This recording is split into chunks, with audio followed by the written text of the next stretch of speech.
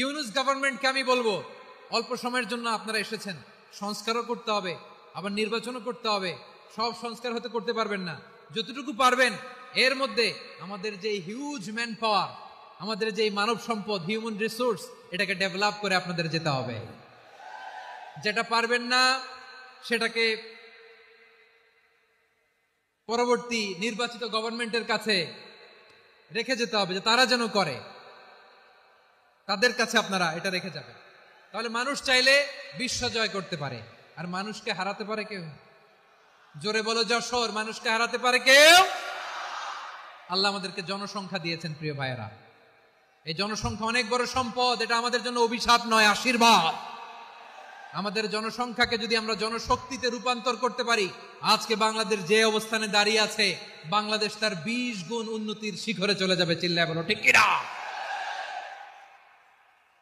আমাদের শ্রমিক ভাইয়েরা বাইরে কাজ করে, আমাদের শ্রমজীবী ভাইয়েরা, প্রবাসীরা, তাদের ব্যাপারে গুরুত্ব দিতে হবে। আমাদের শ্রমের দাম সবচেয়ে কম, সবচেয়ে কম।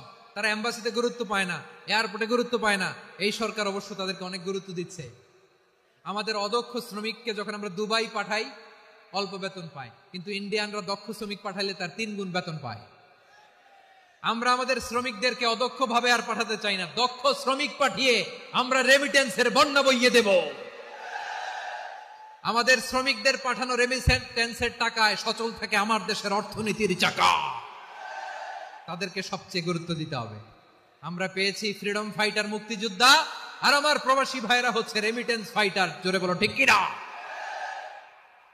তাহলে আমাদের এই জনশক্তিকে জনসম্পদে ট্রান্সফর্ম করতে হবে, ঠিক কিনা বলেন? সরকার জনগণকে এভাবে পলিশ করতে হবে। মা বাবারা ছেলে মেয়েদের মধ্যে কার কোন যোগ্যতা, তাকে ওইভাবে কাজে লাগাতে হবে। সবার এ প্লাস পাওয়ার কোনো দরকার নাই। আমাদের দেশে একটা টেন্ডেন্সি আছে, পরীক্ষায় এ প্লাস না পাইলে তুই কি করলি, পাশের বাড়ির ছেলে এ প্লাস পাইছে, যা ওর পা ধোয়া পানি খা। কি খা?